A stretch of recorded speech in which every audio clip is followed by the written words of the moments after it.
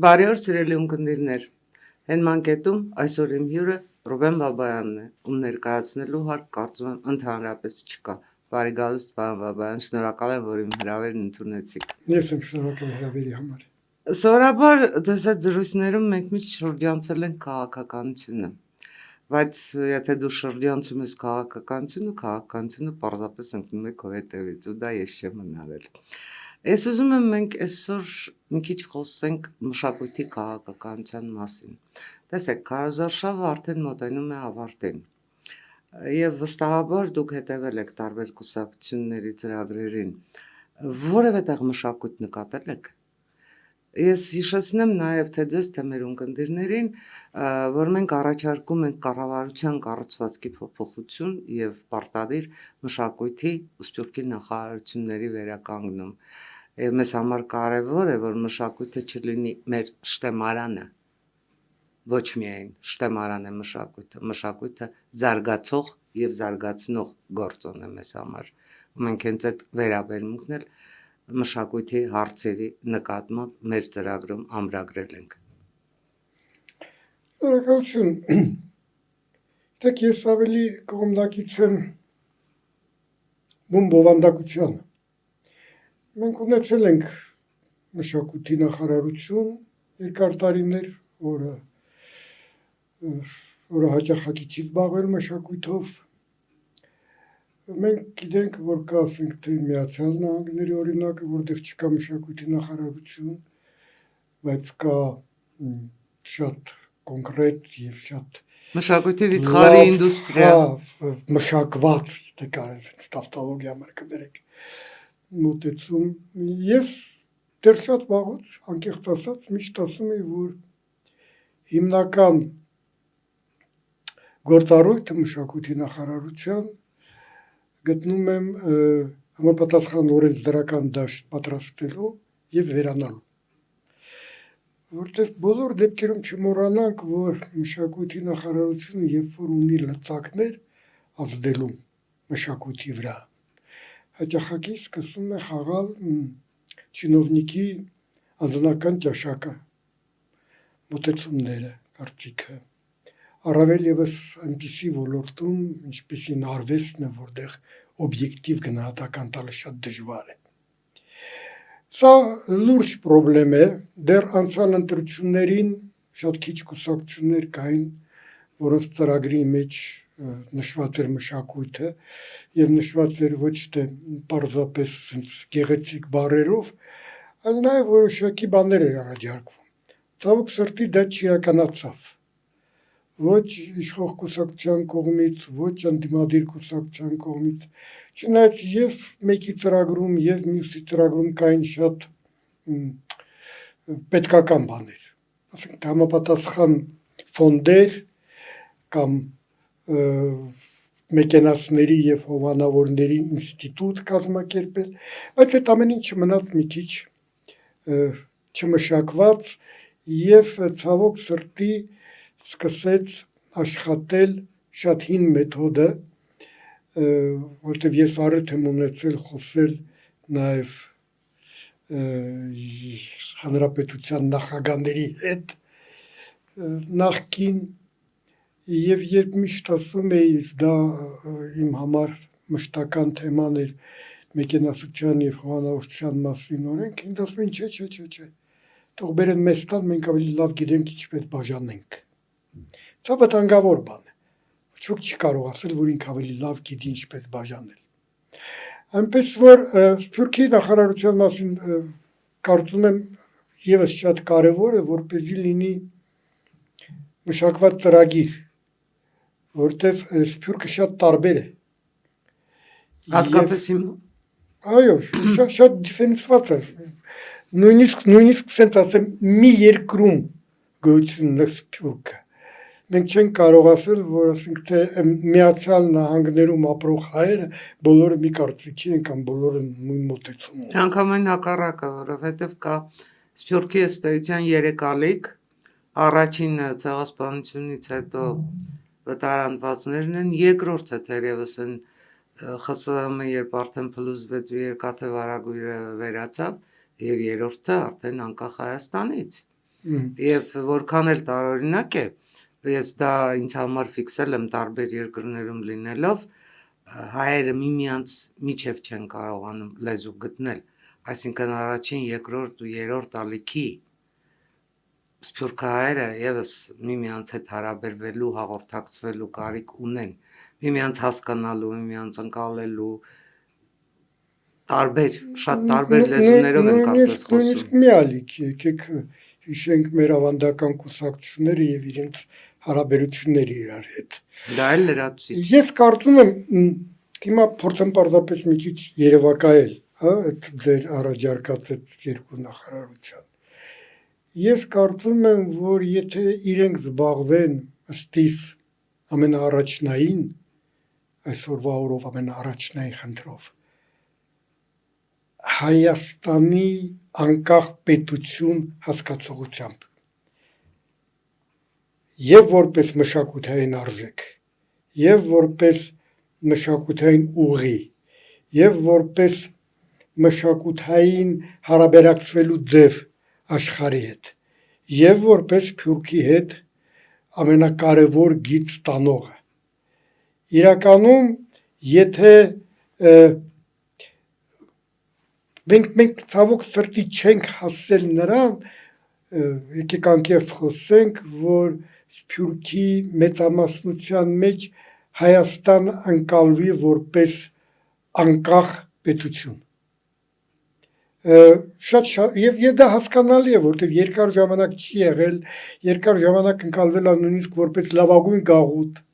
որտեղ կա պետական լեզու հայերեն, որտեղ մետրոյում կարելի է լսել հայերեն հայտարարություններ, խանութների վրա կան, որտեղ բոլորը հայերեն են խոսում, սա շատ կարևոր է, բայց պետությունը մի քիչ ուրիշ բան է։ Եվ պետությունը գուցե մի քիչ կոշտ եմ ասում, բայց պետությունը շատ կոշտ ձևով պետք է կազմակերպի իր հարաբերությունները իր քաղաքացիների հետ, իր պարտավորությունները եւ այն ինչն սպասում է քաղաքացիներից։ Այդ գեղեցիկ բանը գործառույթը, որ եղավ, հա, երկքաղաքացիություն, երբ որ Հայաստանի Հանրապետության անձնագիրը պարզապես դարձավ հուշանվեր ամոթը չունենալ, բայց ինչ պարտավորություններ է դա դնում քո վրա, եւ երկիրը ինչ պարտավորություններ ունի քո հանդեպ, այդտեղ ոչ մի բան մեր համար որոշակի չեղավ։ Եվ երբ մենք այսօր խոսում ենք այն սպասվող վտանգների մասին, հա, որ կարող են գան հազարավոր, տասնյակ հազարավոր մարդիկ եւ բացարձակապես չունենալով որևէ պարտավորություն այս երկրի հանդեպ եւ պատասխանատվություն եւ երկիրը չունի իրենց հանդեպ որևէ պարտավորություն, իրենք կունենան ձայնի իրավունք եւ գուցե նույնիսկ որոշիչ ձայնի իրավունք։ Ընդհանրապես, երբ ժամանակին ընդունվում էր այդ երկքաղաքացիության մասին օրենքը, ես կարծում եմ, որ դրա թե նախաձեռնողը, թե իրականացնողը Հայ-Հեղափոխական դաշնակցությունն էր, եւ դա արվում էր որոշակի նպատակներով, այ հենց ձեր հիմա ֆիքսած արձանագրած նպատակներով, որովհետեւ ակնհայտ էր, որ ՀՀԴ-ն Հայաստանի Հանրապետությունում չունի բավարար բազա իշխանության գալու։ Դա փորձ էր Հայաստանի Հանրապետությունում ըստ էության իշխանափոխություն անելու խաղաղ ընտրությունների միջոցով խաղաղ ճանապարհով։ Իմ կարծիքով երկքաղաքացիությունը ամենայն դեպս, որը տարբեր պետություններում չի էլ ընդունվում, մնում է Հայաստանի Հանրապետության անվտանգության սպառնալիքներից մեկը, որովհետև ինչպես դուք ճշգրիտ բնութագրեցիք, երկքաղաքացիությունը երկքաղաքացիներին, որոնք բնակվում են Հայաստանի Հանրապետության տարածքից դուրս, որևէ պատասխանատվություն կամ պարտավորություն չի ենթադրում։ Նրանք ամենայդեպս Հայաստանի Հանրապետության բանակում չեն ծառայում, նրանք Հայաստանի Հանրապետության պետական բյուջե հարկեր չեն վճարում, նրանք վճարում են այն պետությանը, որտեղ ապրում են։ Ուրեմն ինչ է դա իսկապես հուշանվեր, ինչպես ասում եք։ Ինչ իմաստ ունի, գուցե պետք է դա էլ վերանայել։ Ես կարծում եմ ընդհանրապես մեր կյանքում շատ բան պետք է վերանայել, որտեղ բազմաթիվ ասենց ասեմ, միգուցե գեղեցիկ հնչող ատրիբուտներ, որը մենք ներմուծեցինք մեր պետականության մեջ, պարզվում է այդքան էլ օգտակար չեն, եւ Եվ չեն աշխատում պետականության օգտին։ այո, վերջը կա մի շատ པարզ կարծում եմ ճշմարտություն։ Պետությունը այն մարմինն է, որը այն ամենը, ինչ որ կազմակերպում է, պետք է կազմակերպի իշախ պետությանը, որտեղ միայն ու միայն պետությունը կարող է դառնալ իր երկրի քաղաքացիների պաշտպանը, միայն պետությունը։ Ինչքան էլ մենք հիմա չփորձենք ասել, որ դա կարող է լինել հզոր սփյուռքը, եկեղեցին եւ այլն, այդ ատրիբուտները քաղաքացու տուն դառնալու եւ պաշտպան դառնալու ունի միայն պետությունը։ Գործում են երբ կա պետություն։ Այո, հակառակ դեպքում եւ նայեք, եթե պետության մեջ այդ ինստիտուտները թույլ են գործում կամ բացակայում են, միանգամից հայտնվում է եւ ցանկություն եւ անհրաժեշտություն դիմել ուրիշ պետությանը։ Դիմել ուրիշ պետությանը դա նշանակում է հրաժարվել սեփական պետությունից։ Դա նշանակում է հրաժարվել սեփական ազատությունից։ Հա, եւ ազատությունից վերջը մենք այսքան խոսում ենք, ընդ որում բոլորն են խոսում, չէ, ազատության մասին, որպես մեծագույն արժեք մարդու համար, մարդը ծնված է ազատ եւ պետք է ապրի ազատ։ Բայց ինչն է խանգարում այդ ազատությանը, լիակատար ազատությունը ըմբոշխնելու, ազատությունը հասկանալու որպես ներքին պահանջ, որպես ներքին ապրելաձև, այլ ոչ թե արտաքին քեզ ներմուծված ինչ որ հասկացողություն։ Այստեղ հարցեր կան, որոնք դեռ լուծված չեն։ Հասարակ բան, քանի որ խոսում ենք քաղաքականությունից, հա, այսօրվա օրով մենք տեսնում ենք ինչպես բազմաթիվ քաղաքական ուժեր փորձում են վախեցնել մեր ընտրողին։ Մենք ասում ենք՝ մի վախեցեք, բայց չենք բացատրում ինչու պետք չի վախենալ։ Վախենալ պետք չի միայն մի պատճառով։ Վախը սպանում է ձգտումը դեպի ազատություն։ Եվ եթե դու հաղթահարում ես վախը, դու ամրապնդում ես քո ազատությունը։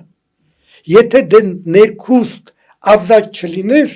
դու արտաքնապես քո համար երբեք ազատություն չես ստեղծի։ Դա միանշանակ է։ Դուք մի քիչ կանխեցիք իմ հարցը, ես հարցը այնուամենայնիվ հնչեցնեմ։ Տեսեք, ամենօրյա ռեժիմով հակակոռուպցիոն կոմիտեի 24/7 ռեժիմով հակակոռուպցիոն կոմիտեի անդադ բացահայտումների մասին ենք լսում, այն ձեր վախերը, որ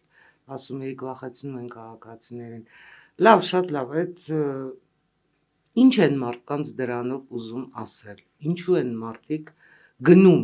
հայրենիք վաճառելու տարբերակին, ովքեր են այդ մարդիկ, ինչու են իրենք դիմում այդ քայլին, արդյոք իրենք ընկալում են իրենց արածի ամբողջ պատասխանատվությունը եւ արդյոք դա պետության պարտությունը չի, իշխանության պարտությունը չի, որ այնուամենայնիվ հասարակության n տոկոսը, չասենք ինչքան, դա կերևանդրությունների արդյունքներով պատրաստ են հայրենիք վաճառել, վախից, ընչաքաղցությունից, չհասկանալով, ինչու։ Լավ հարց է, շնորհակալություն։ Կարծում եմ այնպես է ստացվում, որ մեր այսօրվա զրույցը ինքս տարբեր շերտերից, բայց տարբեր կողմերից, բայց մեկ հարցին ենք, այո, շատ։ Ես գուցե սխալվում եմ, բայց ես ունեմ իմ համար որոշակի պատասխան։ Նախ շատերի համար սա հայրենիք չի։ Տեղանք։ Գիտեք, երկար ժամանակ ներմուծվել է, որ հայրենիքը դա ավելի շուտ բանի հասկացողությունը, հա, առասպելական հասկացողությունը, ոչ թե կոնկրետ հասկացողությունը, որ հայրենիքը դա Լոս Անջելեսում նստել եւ քարտեզի վրա ունենալ, այսպես ասենք, թե Սևրի կամ Տիգրան Մեծի քարտեզը եւ արդյունքներ թափել եւ հպարտանալ, որ այսա է հայրենիքը։ Ինչպես ճիշտ էր ասում Վանո Սիրադեղյանը, որտեվ հայրենիքը հոգատարություն է ուզում, իսկ քարտեզը չի ուզում։ Սա մեկ, իսկ եթե սա հայրենիք չի, ինչու փող չաշխատել, շատ տրամաբանական է։ Ես չեմ, իսկ ինչու սա հայրենիք չի, այստեղ դուք ասեցիք պետության, կառավարության բացթողումների մասին, կարծում եմ ամենակարևոր խնդիրը, երբ հայտարարվում է եւ ասվում է, որ այլևս դուք եք բոլորդ տեր այս երկրի, այս տեր հասկացողությունը ոչ թե միայն իրավունք է, հա, սա եւ որոշակի պարտավորություն է։ Եվ այս կապը առաջին հերթին պետք է կարողանա պետությունը հաստատել իր քաղաքացիների հետ։ Ոչ թե ընտրություններից ընտրություն հիշեն այս ուրեմն Դարձյալ 24/7 ռեժիմով։ Հա, ամեն օր եղբայր դու ես որոշում, դու ես պատասխանատու։ Քո որոշման համար դու ես պատասխանատու, դա բարդ բան է։ Պատասխանատվություն վերցնելը կարևոր, բայց առանց պատասխանատվության դու չես ազատագրվի։ Ստրուկը չունի պատասխանատվություն եւ շատ լավ է։ Եվ այդ ժամանակ նա մտածում է, որ տեր ավելի շատ կվճարի, ում մոտ գնա, եթե կարողանա։ Սա մեկ, երկրորդը էլի Սփյուռքի հետ երևի սխալ աշխատանքն է, կարծում եմ, որտեվ մենք շատ ենք փառաբանում մարդկանց եւ հիմնականում փառաբանում ենք եւ տարբեր գործիչների նրանով, թե ով ինչ բարեգործություն է արել, ով ինչքան փող է տվել, ով ինչքան օգնել է, եւ եթե ես հիմա նայում եմ հեռուստարեպորտաժներ, հա, ընդ որում կապ չունի, դա ընդդիմության ներկայացուցիչ է, թե ասենք իշխանության, ու նայում եմ, որ ընտրողների որոշակի զանգված ողորմություն է ուզում եւ իշխանությունից տղայից գործի դասավորեք, խնդրում եմ, կամ այս արեք, կամ ամուսնացեք, ամուսնացրեք, կամ այնտեղ մի կտոր փող հաց տվեք, մի կոպեկ փող տվեք եւ այլն, ընկալումը մարդու արժեքի, երբ որ ասում եք, նա արժեք իրենից ներկայացնում, հզոր մարդ է, նրանց թե ինչքան փող կբաժանի։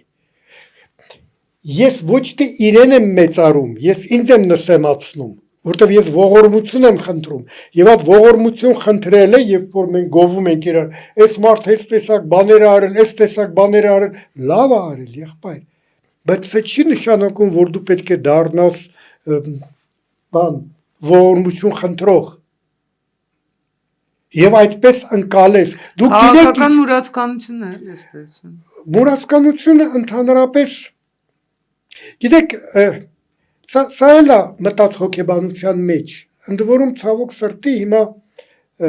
պետք է նաև հիշեմ սովետական ժամանակները։ Աղքատ լինել համարվում էր արժեք։ Արժեք եւ արժանիք։ Այո,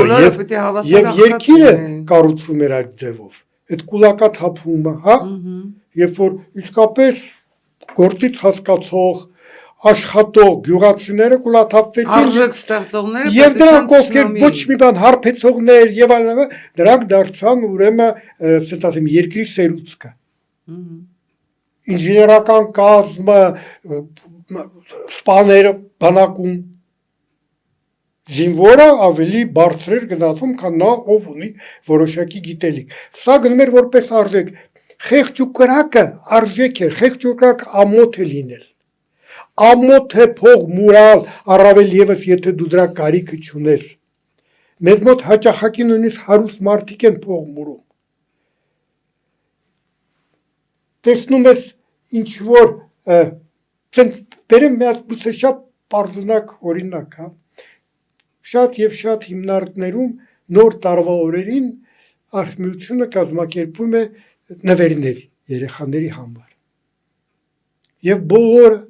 անկախ նրանից ունևոր են, թե ունևոր չեն, այդ նվերը վերցնում են։ Այն մարդ մի վերցրու տուր ուրիշին, եթե դու դրա կարիքը չունես։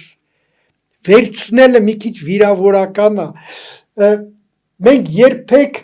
իրար հետ հանդիպելու չենք ասում ես լավ եմ։ Մենք ասում ենք ես նորմալ շատ։ Լավագույն դեպքում կամ ասում ենք ազգի պես, ժողովրդի պես, դա ենթադրում է որ վատ են։ Մենք ամաչում ենք ասել, որ մենակ ընտրություններից առաջ չենք ամաչում ասել, որ ունևոր ենք։ Հենց կյանքում մենք ամաչում ենք ասել, որ մենք լավ ենք։ Մենք ազգովի ամաչում ենք երջանիկ լինել։ Այդ է Մենք շատ չպիտի կարևոր։ ուրախ լինենք, մենք չպիտի հանգիստ լինենք, մենք անդադ պիտի լինենք տագնապի մեջ, Ինչ է երջանկությունը։ որովհետև մեզ անverջ ներշնչել են այդ վախերը տասնամյակներով, եւ ես ուզում եմ հենց ինձ համար այդ, որ խոսում էի մշակույթի նախարարության մասին, գիտեք, մշակույթը նաեւ ապրելը, կյանքի կազմակերպումը, դա էլ է մշակույթ։ Այդ դուք մեզ շատ ճիշտ բան ասիք, ես ուզեցի խառնում եմ, բայց դուք վերջացրեցիք ճիշտ այն բարերով, որ ես նա ուզում էի կենտրոնանալ։ Ասեք երջանկությունը կյանքն է։ Այս կյանքը պետք է վայելել։ Մեզ սովորեցրել են, որ մենք պետք է անverջ պայքարենք։ Մեզ Մենք սովորեցրել պետք է են ապրենք, մենք պետք է պայքարենք, բայց ինչի դեմ, ինչի համար, հանուն ինչի պայքարենք, էլի պայքարենք։ ավելին ասեմ։ Մեր եւ կենցաղային մտածողության մեջ եւ ցենց ասեմ մշակութային մտածողության մեջ արժեք է ոչ թե կյանք, այլ մահը։ Գնա մերը արի սիրեմ, մահ կամ ազատություն, մահ իմացյալ Ընդ անմահ։ որում, եթե դուք բերեցիք հայեղափոխական դաշնակցության կարգախոսը մահ կամ ազատություն,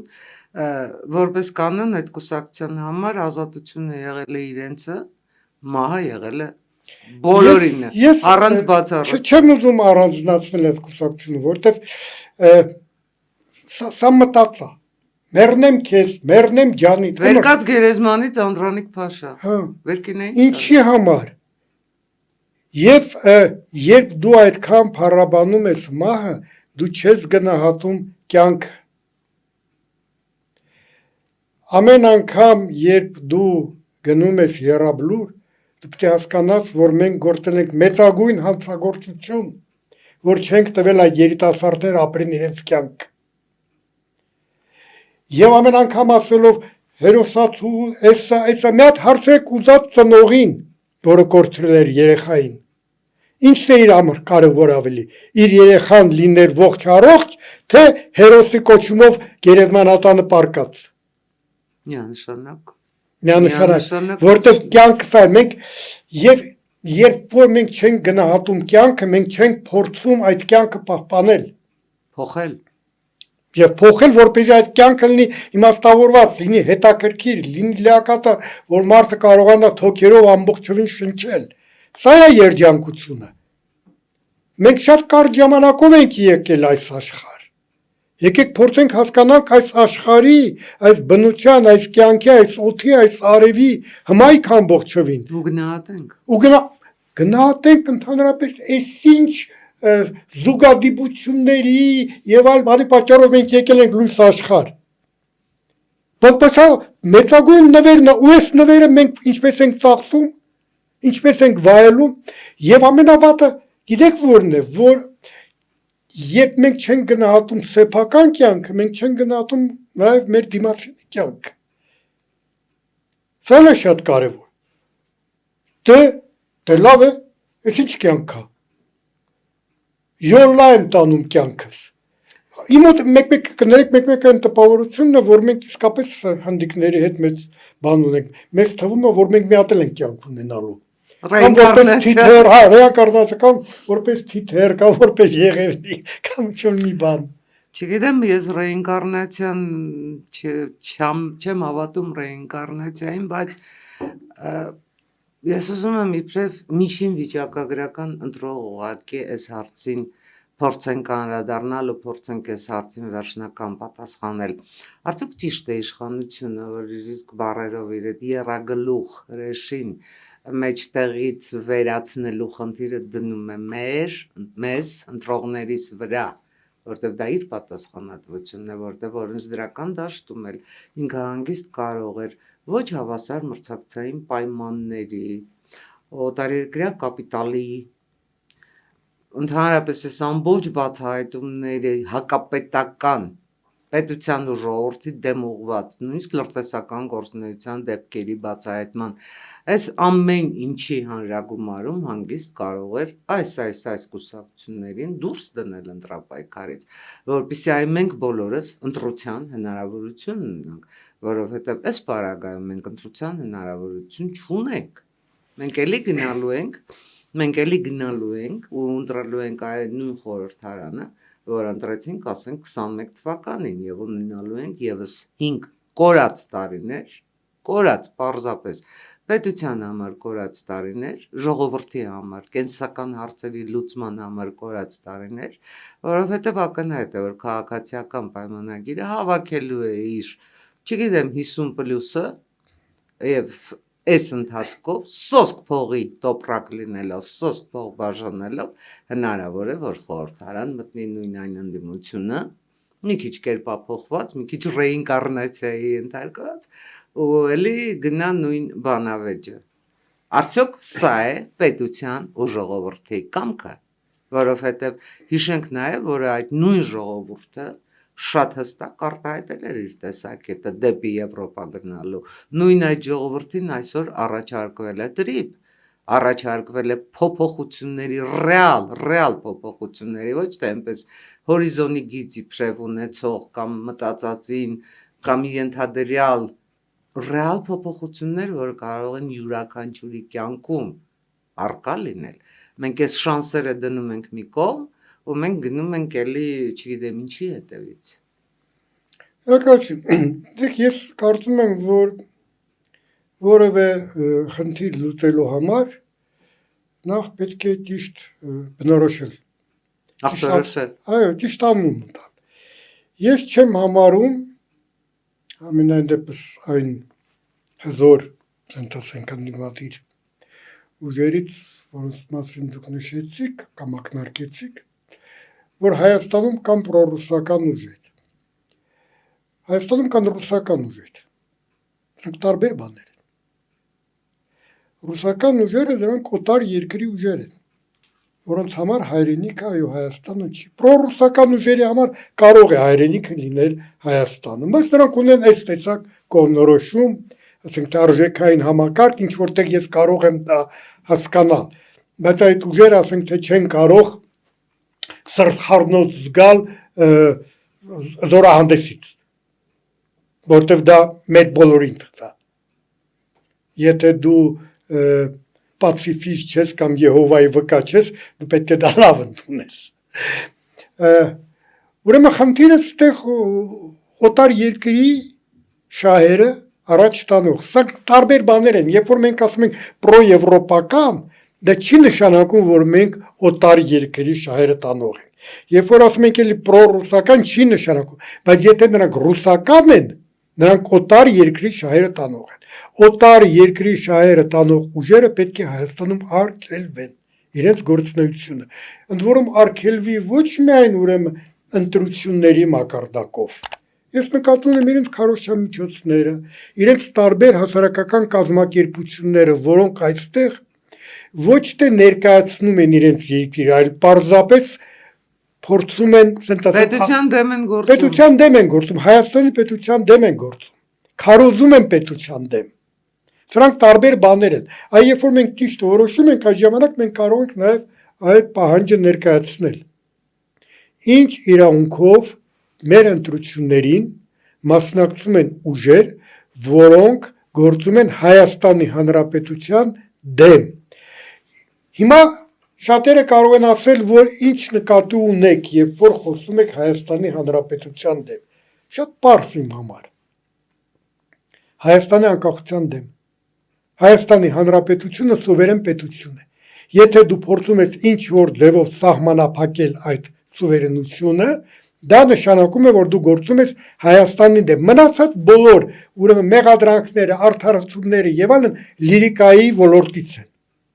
Շատ պարզ կա պետություն եւ եթե դու ինչ որ քայլով քո գործունեությամբ, քո գաղափարախոսությամբ փորձում ես այդ պետության սուվերենությունը պակասացնես կամ վերացնես, որը ավելի մոտ է իրականության, ուրեմն դու գործում ես այս պետության դեմ, ուրեմն դու օտար երկրի գործակալ ես։ Եվ այստեղ մեղադրել այս մարդկանց, որ իրանք դավաճան են, որ իրանք չեն հասկանում ինչ է հայրենիքը, շատ սխալ է։ Իրանք դավաճան չեն, իրանք ծառայում են իրենց հայրենիքին։ Պարզապես իրենց հայրենիքը Հայաստանի Հանրապետությունը չէ։ Այդ պարագայում Հայաստանի Հանրապետությունը ինչպես պետությունը, ինչպես պետք է ժողովրդավարությունը պաշտպանի,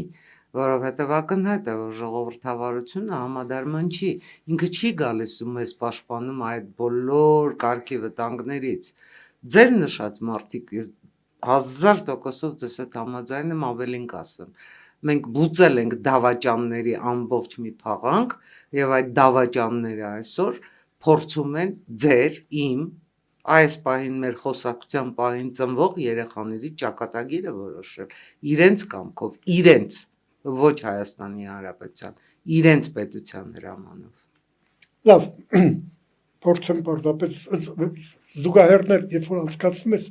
ավելի հեշտ է, հա, որ բամազել։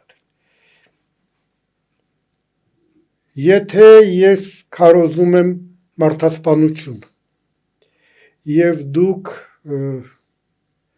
ինձ պատժում եք այդ քարոզի համար, մեկուսացնում եք,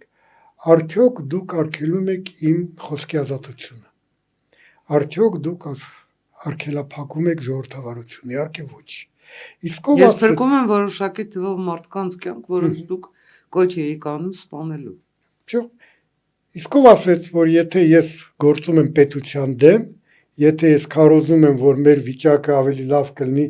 որպես ռուսական մարզի կարգավիճակով գտնվող ինչ-որ բան, կամ ընդմիշտ այստեղ լինի այդ ռուսական բազան, այդ սահմանափակները, էլ ինչ-որ հնարավոր է կամ հնարավոր չի վաճառենք ռուսներին, ես գործում եմ որպես մարդասպանը, որ փոխենք պետականասպան, կարելի է այդ բառը օգտագործել, ինչով է սա տարբերվում, ես ոչ թե կոնկրետ կոչ եմ անում սպանել այս կամ այն մարդուն, ես կոչ եմ անում սպանել ամբողջ մի պետություն։ Դուք ավելի մեծ հանցագործ եք։ Բայց ո՞նց է ներվում, բայց ո՞նց է համարվում ժողովրդավարություն, այս ո՞նց է համարվում խոսքի ազատություն, սրանք տարբեր բաներ են, բացարձակապես տարբեր բաներ են։ Դուք փորձում եք իմ փոխարեն, ընդ որում ուրիշ տեղից որոշել իմ երկրի ճակատագիրը, դա նշանակում է իմ ճակատագիրը, իմ երեխաների ճակատագիրը։ Թույլ տվեք մենք այստեղ որոշենք մեր մեջ, ինչպես է։ Եվ հիմա մի ֆանտազիայի դաշտից։ Վաղը Պուտինը չկա։ Վաղը ես նկատում շաբաթ օրը։ Այս ռուսական ավանդույթի ինչ որ բան կատարվեց, շարֆով խեղդեցին, մոխրամանով մարմարեցին, ինչ որ բան։ Քանի կուսակցություն կմնա այս նախընտրական շրջանում, կեսից ավելին կդուրս գա, իհարկե։ Սա ինչ է նշանակում։ Հիմա իսկ կուսակցություններ նաև, որոնք այսօր հանդես են գալիս իբրև թե արևմտամետ, իբրև թե արևմտամետ։ Միանգամից դուրս կգան։ Միանգամից։ Հիմա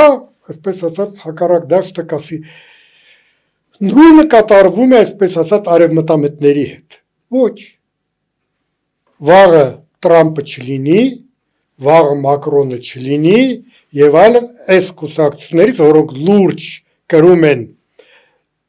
որտեղ հայկական ազգային համակարգ առաջ էլ Բայդենից առաջ։ Այո, ոչ մեկը չի դուրս գա այս պայքարից, որտեղ պայքարը ոչ թե, ասենք ասեմ, Ֆրանսիայի Մակրոնն է կամ Միացյալ Նահանգները կամ բանի Տրամպի Միացյալ Նահանգները։ Խնդիրը այս քաղաքակրթությունն է, իսկ դեր համար քաղաքակրթությունը կապ չունի։ Դեր համար կապ ունի ցարը, ցարական Ռուսաստանը, որտեղ նամեստնիկ լինելը ավելի հարմար է, քան երկրի ղեկավար, որտեղ եկեք անկեղծ խոսենք, որպես երկրի ղեկավար քննությունը չկարողացաք հանձնել։ Միգուցե որպես նամեստնիկ այո։ Պարոն Բաբայան, շատ շնորհակալ եմ ձեր այդ գնահատականի համար, որովհետև դուք հիմա ինձ ուղղակի ոչ միայն շանս եք տալիս, այլև պարտադրում եք, որ ես ասեմ Հանրապետություն կուսակցության ներկայությունը հունիսի 7-ին ընտրվելիք ազգային ժողովում պարտադիր է, որովհետև մենք այո այն կուսակցությունն ենք ու այն քաղաքական ուժն ենք, որ ինչպես դուք նշեցիք, թե Բայդենից առաջ, թե Մակրոնից առաջ էլ ու հետո էլ նույն գաղափարներն է կրելու, նույն գաղափարներն է պաշտպանելու, որովհետև մեզ համար սա օրվա պահի թելադրանքով պատեհապաշտական հրահանգավորման ինչ որ գործընթացի արգասիկ չի, մեզ համար սա քաղաքականության առանցք է, եւ մենք գնում ենք, պատրաստ ենք գնալ ու պատասխանատվություն ստանձնել երկրի համար, պետության համար, որ հավերժ չսառենք, մնանք հապկում, որ վերջապես այս հակաօդային պաշտպանության համատեղ ինչ-որ ձախողումից հայ-ռուսական դուրս գանք, որ այսօր չդնենք ու կիլոգրամներով, շշերով չհաշվենք մեր ինքնիշխանության գինը, մեր ելակը արգելում են, մեր ծիրանը արգելում են, մեր ջերմուկը արգելում են, այսինքն ինքնիշխանությունը մենք վաճառում ենք մի փոր հացի համար, թե մենք պատրաստ ենք այնուամենայնիվ այդ մի փոր հացը մի քիչ ուտել, բայց Հայաստանի Հանրապետությունը դարձնել մի երկիր, որտեղ կիսահաղորդիչներ են արտադրվում եւ Հայաստանի Հանրապետությունը այլևս մի քանի մակարդակով բարձրանում է տարածաշրջանի երկրներից։ Այ մենք այս հեռանկարն ենք ուզում, մեր Հայաստան 2040 այս հեռանկարի համար է, նրա համար է, որ մենք այլևս դադարենք վախենալ, անverջ վախենալ, անverջ տագնապել, վաղը պատերազմ է, որ մեզ չկարողանան կաշկանդել այդ վախերով, այդ իրենց սպառնալիքներով ճանապարհ փակելու, մթերք արգելելու, չգիտեմ ինչ անելու, ու որ վերջապես Հայաստանի Հանրապետության միջին վիճակագրական հայը հասկանա ԵԱՏՄ-ում ինքը անելիք չունի,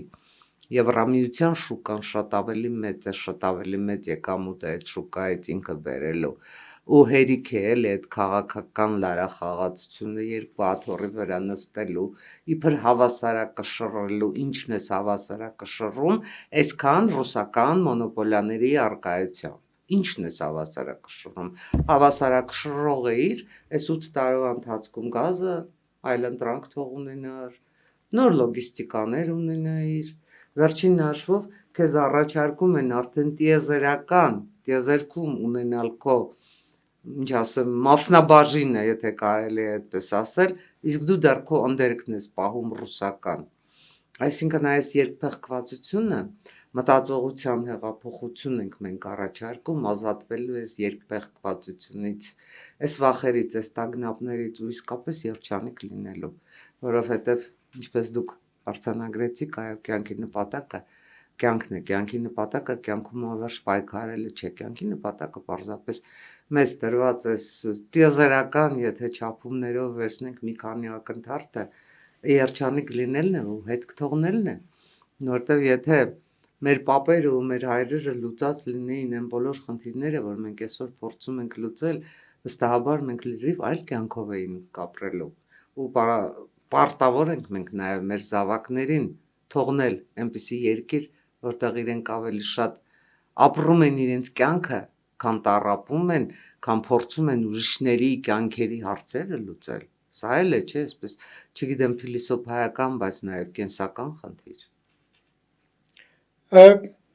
Եթե կարելի է պարզապես մի բան ավելացնել, որտեղ այսքան խոսեցինք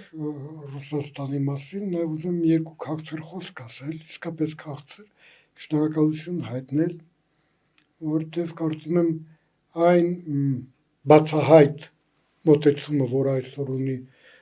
Ռուսաստանը, շատ է օգնում մեզ։ Այո, արագացնում են գործընթացները։ Եվ անկեղծ ասած,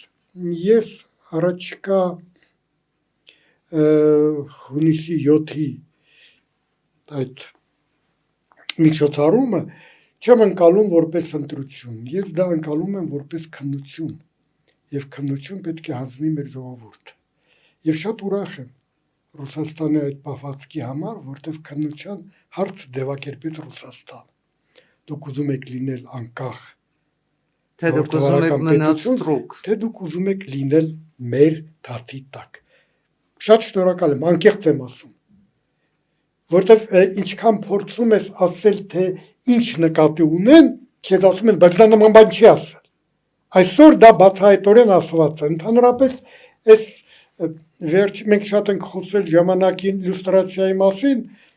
այս վերջերս տենց լյուստրացիա է տեղ ունենում։ Առավել քան բացահայտ։ Այո, եւ պարզվում է, որ միգուցե այդքան էլ կարևոր չէր այդ պակի բոլոր փաստաթղթերը ունենալ, որտեղ մարդիկ պարզապես բաց ներկայանում են, եւ դա շատ կարևոր է։ Եվ շարունակում են սպառնալ այդ ընտրական գործընթացներով, դարձել Կրեմլի երանգով։ Վախը բնական զգացմունք է, բայց վախը պետք է կարողանալ հաղթահարել։ Վախ այնպիսի զգացմունք, որ բոլորս էլ դա ունենք, տարբեր բաներից ունենում ենք, բայց ազատ մարդը նա է, ով կարողանում է հաղթել վախը, հաղթահարել ավելի շուտ վախը։ Դա շատ կարևոր է, որտեղ առանց որևէ ճիգ օգտագործելու ինքը իր ոչ մի բան չի լինի։ Դու ինչ-որ բան պետք է ինչ-որ ուժ պետք է գործադրես, ինչ-որ կամք պետք է գործադրես, որ ինչ-որ բանից հասնես։ Եվ պետք չի վախեցնել մեզ ուրեմն ասենք ասեմ տնտեսական պատժամիջոցներով։ Եկեք հիշենք, մենք մի ժողովուրդ ենք, որը 90-ական թվականներին շատ ծանր ժամանակաշրջան Հաղթում էր։ բայց մենք հաղթող ենք։ Մենք իրար օգնող ենք, մենք իրար ոգևորող ենք, մենք իրար պահող ենք։ Մենք շատ ենք իրար քննադատում, բայց մենք զարմանալի ժողովուրդ ենք։ Ես դες բերեմ մի օրինակ, որը հաստատ դուք ոչ մի երկրում չեք տեսնի։ Մի քանի տարի առաջ գնացել էինք Գյումրի հյուրախաղերի թատրոնով, հետ վերադառնալուց մեր մեքենան փչացավ։ Երեկո էր, երևի ժամը 11-ն էր մոտավորապես վերադառնում էինք։ Ամեն մի երկրորդ մեքենա կանգ էր առնում, հարցում էր ինչով կարող է մեզ օգնել ճանապարհին։ Սա գնահատելա պետք։ Սրա վրա է պետք կառուցել երկիրը։ Մենք այս մոտեցումով երկրի պետության հանդեպ կհաղթահարենք ամեն ինչ։ Ելակս որն է։ Պամիդորը որն է եւ այլն։ Շնորհակալ եմ, իսկապես շատ շնորհակալ եմ, որովհետև մենք անverջ խոսում ենք հայրենասիրությունից, հայրենիքը սիրելուց, բայց հայրենիքն էլ պիտի սիրի իր քաղաքացուն։ Սերը ընդհանրապես փոխադարձ է լինում։ Շնորհակալ եմ։ Սիրելի ունկնդիրներ, ես չեմ ասի, թե մենք այսօր խոսում էինք, ով ենք մենք, որտեղից ենք գալիս եւ ուր ենք գնում հավերժական հարցերի մասին։ Ես կարծում եմ, որ հենման կետում այսօր մենք գտանք մեր այն հենման կետերը, որոնք պետք է լինեն մեր գոյության ուղենիշները։ Եվ այդ հենման կետերից առաջինը, անսակար կանդավաճանը ինքնիշխանությունն է։ Չի կարելի անverջ վախենալ, անverջ տագնապել, տագնապների ու վախերի մեջ կորցնել սեփական եսը, որովհետև կյանքում դուք կարող եք ու մասես հանդիպել, բայց ամենակարևոր ճակատագրական հանդիպումը ինքներդ ձեզ հետ է, եւ ինքներդ ձեզ հետ հանդիպմանը դուք պետք է կարողանաք նայել ձեր աչքերին առանց